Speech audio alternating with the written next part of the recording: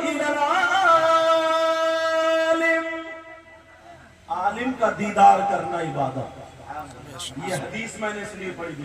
کیا کرنا بولا؟ عالم کا دیدار کرنا. اور یہ میری بات نہیں ہے، نبی کی بات ہے. نبی فرماتے ہیں عبادت. تم لوگ چاہتے ہو بہت ساری نیکیاں کمانے، ایک آفر دو تمہیں. سننا چاہو، کام بہت آسان ہے، بہت آسان ہے. 1 روپیہ نہیں لگے گا. اگر کوئی 1 کوئنٹل سونا اللہ کی راہ میں اگر خرچ کرے تو کتنا ثواب؟ بہت زیادہ. اور اگر کوئی 1000 کوئنٹل اللہ کی راہ میں سونا صدقہ کرے تو اور زیادہ ثواب ہے. مگر 1000 نہیں، ہزاروں کوئنٹل اللہ کی راہ میں سونا صدقہ کرنے کا ثواب مل جائے گا. پہلے یہ سنو، انبیاء اور رسولوں کے بعد سب سے افضل و اعلیٰ ذات کا نام سیدنا حضرت ابو بکر صدیق رضی اللہ تعالیٰ عنہ. ان کا معاملہ کیا تھا؟ یہ جمعے کے دن مسجد کو اذان سے پہلے جاتے تھے اور مسجد کو تیار کر دیا کرتے تھے. مسجد کو جھاڑتے تھے، پوچھتے تھے، مسجد کو صاف کیا کرتے تھے، مسجد کی صفیں بچھاتے تھے، مسجد کو نمازیوں کے لیے دلہن بنا دیا کرتے تھے. سارے نمازی آ کر کے بیٹھتے تھے. ان کا نمبر کبھی پہلی صف میں، کبھی دوسری، کبھی تیسری، کبھی چوتھی، 5ویں صف میں. ان کا یہی مشغلہ تھا. لیکن ایک دن کیا ہوا؟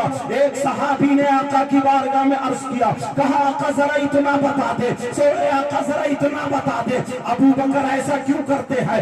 مسجد کو جاتے ہیں، پوچھتے ہیں، کوئی حدیث نہیں ہے، قرآن کی آیت نہیں ہے، مگر یہ کیوں صاف کرتے ہیں؟ اس کا معاملہ کیا ہے؟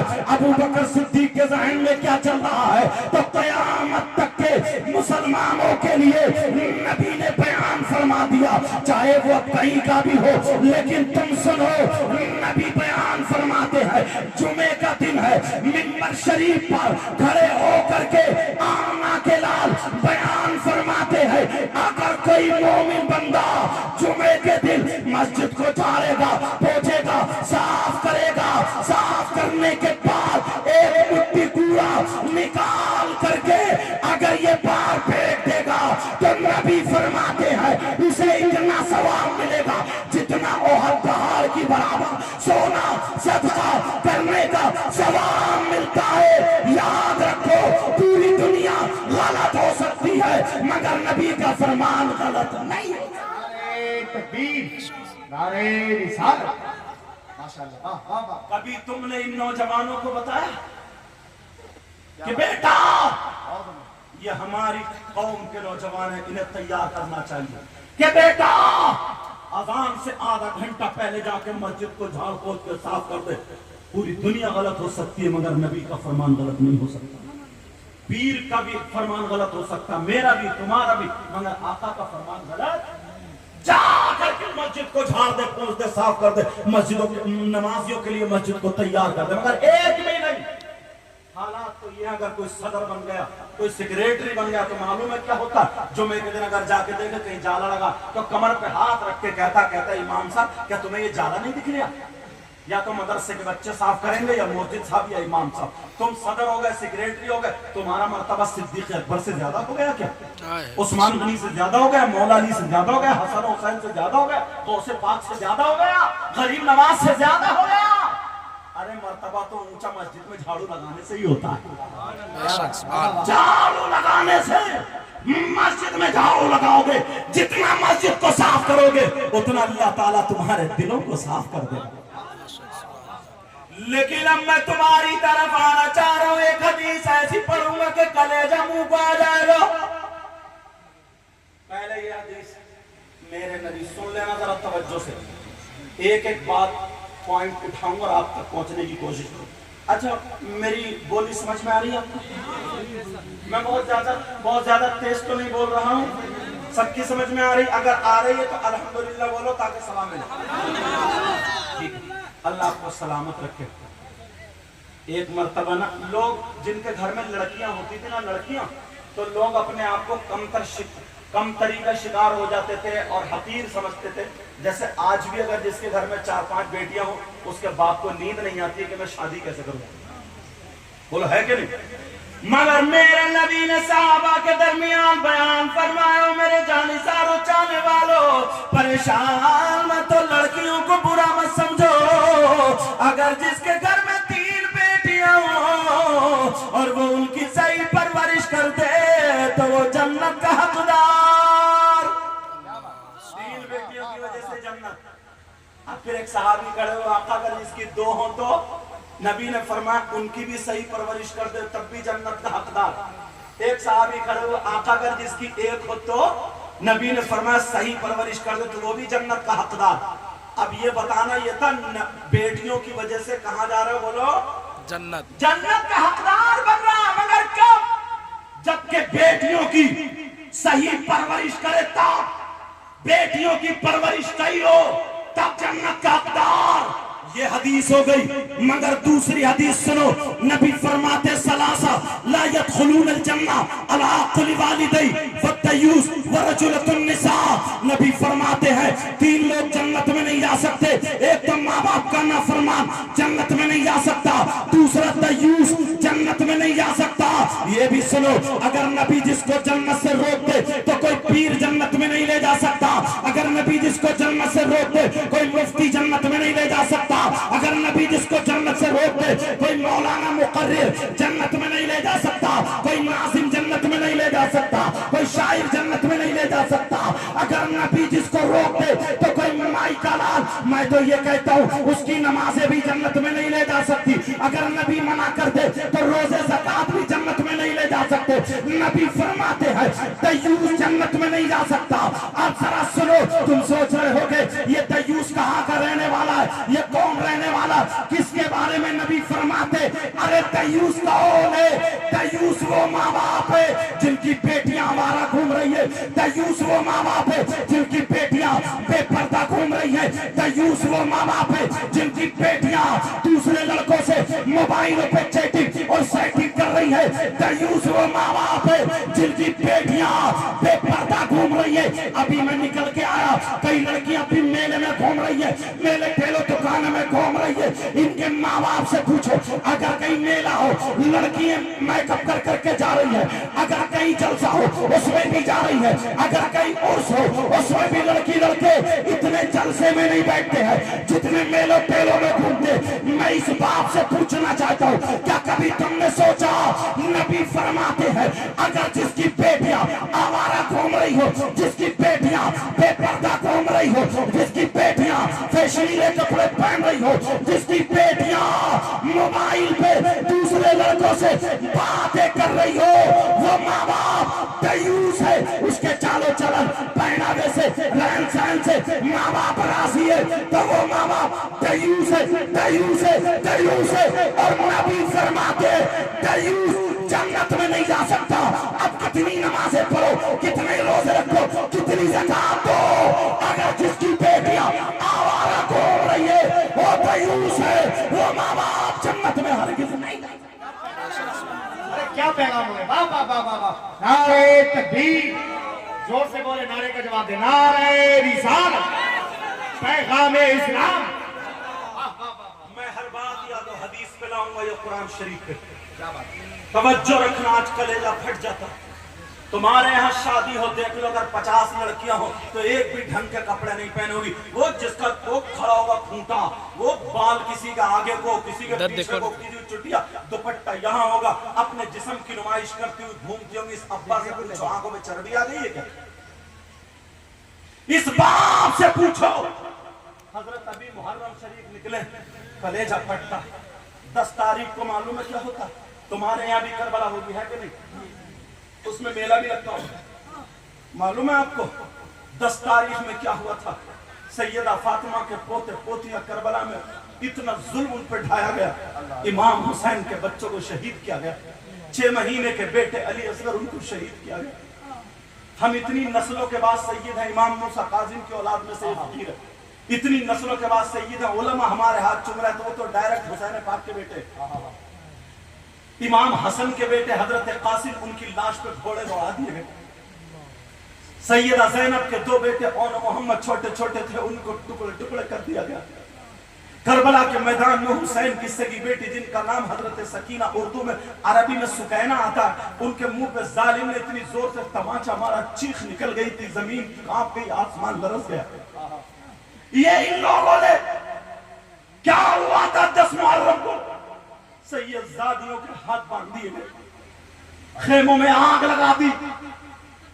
امام زین العابدین حسین پاک کے سگے بیٹے 3 دن سے بھوکے پیاسے، بخار بھی تھا، جبہ پکڑ کے کھینچ کے اتنے کوڑے برسائے، اتنے کوڑے برسائے، اتنے کوڑے، زمین اور آسمان اور جتنے فرشتے وہ سارے دیکھ رہے، گواہ ہیں سارے کے سارے۔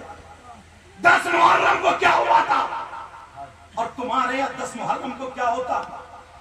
تمہارے یہاں جھولے لگتے ہیں میلے میں، تمہارے یہاں میلے میں کربلا میں دکانیں لگتی ہیں، تمہارے یہاں مٹھائی کی دکانیں ہیں، تمہارے یہاں کھلونوں کی دکانیں ہیں، تمہارے یہاں چورن چاٹ کے پتوں کی دکانیں ہیں، تمہارے یہاں جلیبی ٹوٹ رہی ہے، تمہارے یہاں گوشت کے کباب تلے جا رہے ہیں۔ ارے تمہارے یہاں لڑکی اور لڑکے میلے میں جا کر کے ایک دوسرے کے کونیے مار رہے، موبائلوں پہ باتیں کر رہے، جسموں پہ ہاتھ ڈالے جا رہے۔ میں پوچھنا چاہتا ہوں تم کون سے اینگل سے حسینی ہو؟ اتنا بتاؤ 10 تاریخ کو کیا ہوا تھا؟ تمہارے یہاں پر کیا ہو رہا؟ یہ لفنگے کچھ غنڈے لڑکے تیری میری بہن بیٹیوں کو تکنے جاتے ہیں۔ میں پوچھنا چاہتا ہوں کہ ان کے گھر میں ان کی ماں نہیں ہے، ان کے گھر میں ان کی بہن نہیں ہے، ان کے گھر میں ان کی بھتیجی نہیں ہے؟ اگر شرم ہے تو اپنی ماں کے جا کے کپڑے اتار، اپنی خالہ سے آنکھیں لڑا، اپنی بہن کے کونی مار، اپنی بھتیجی کے دھکا مار۔ اگر ہمت ہے جیسے تیری بہن کی عزت ہے ویسے دوسرے کی بہن بیٹی کی عزت ہے۔ ارے 10 تاریخ کو کیا ہوا تھا؟ وہاں سے یہ شادیوں کے خیمے میں آگ لگا دی تھی اور تم مستیاں لے رہے ہو، کھیلیاں کھیل رہے ہو اور تم کہتے ہو جنت ہمارے باپ کی ہے، جنت میں ہم جائیں گے۔ ذرا ہوش میں آؤ، یہ یہود و نصارہ کی سوچ تھی۔ انہوں نے سوچا 72 کربلا میں تھے، دین اور اسلام کے جھنڈے کو لہرا دیا، اگر بچوں کو دینا پڑا انہوں نے دے دیا، اپنی جانوں کو دینا پڑا انہوں نے دے دیا، بھوکے پیاسے رہ لیے، گھر کو لٹانا پڑا لٹا لیا۔ کربلا والوں سے کوئی نہیں جیت سکتا۔